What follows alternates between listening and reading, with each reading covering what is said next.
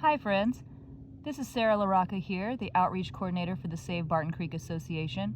I'm out here at Commons Ford Park this morning and I wanted to share with y'all one of my favorite insects out here at Commons Ford called the Texas leaf-cutting ant.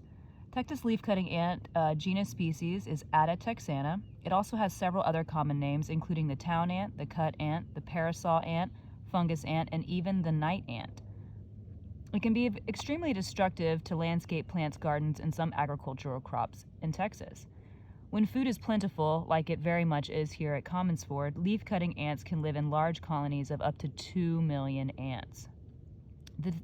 The name comes from their habit, leaf-cutting ant, the name, comes from their habit of cutting leaves and other plant parts from a variety of plants. In Texas, they really prefer to damage weeds, grasses. They love plum and peach trees, blackberry bushes, and many other fruit, nut, and ornamental plants, as well as several cereal and forage crops. Interestingly, the ants do not even eat the leaf fragments at all that they collect, but they take them into their underground nest where they use the material to raise a fungus garden. Fantastic. As the fungus grows, certain parts of it are eaten by the ants and fed to their larvae. This fungus is their only known source of food.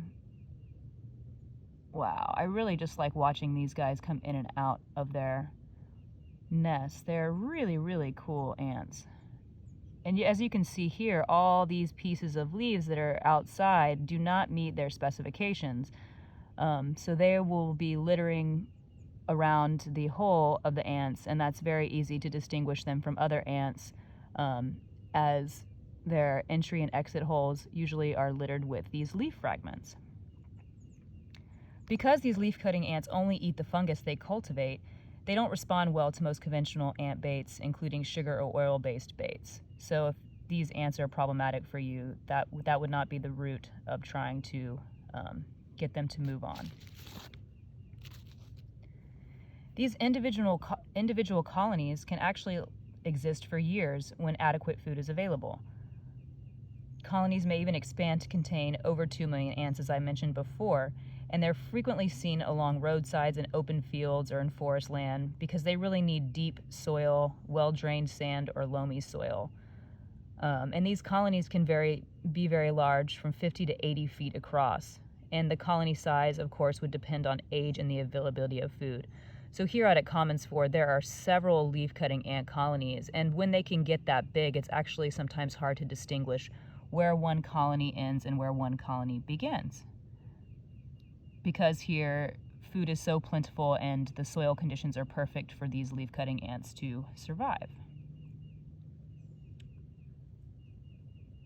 Each mound usually has a central entrance hole, like you can see here, and it's usually marked by a typical crater-shaped mound and a buildup of soil, as you can see around here.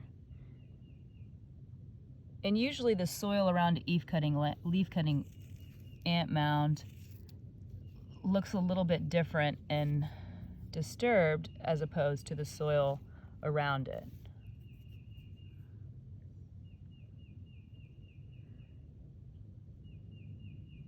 Wow, these guys are just really fun to watch.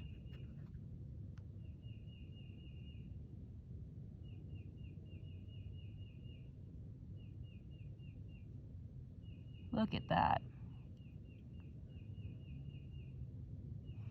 Another interesting fact, during the summer, leaf-cutting ants forage almost exclusively at night. The rest of the year, foraging takes place during the day when the air temperatures range between 45 to 80 degrees. I was going to come out and check on these ants the past couple mornings, but the mornings have been around 40, 44, and out at Commons Ford it always feels a little bit colder because we're right on the Colorado River. So I had to wait till this morning, which is about 60 degrees, to ensure that these ants would be active.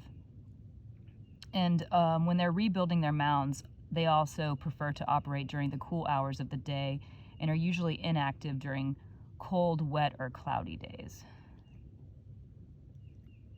Another interesting fact about these ants, once they have found a suitable tree for their fungus farming, they can easily defoliate a small to medium tree in one night, which is really interesting. Some people have noted that once they have found a suitable plant, you'll see the worker ants go up into the tree and they snip down little pieces, and there'll be other ants waiting at the bottom and base of the tree to pick up all those pieces and carry them to the mound. And you can see these ants are very active right now.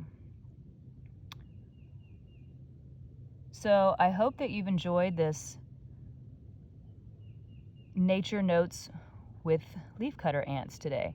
And I hope you all stay safe and have a wonderful day.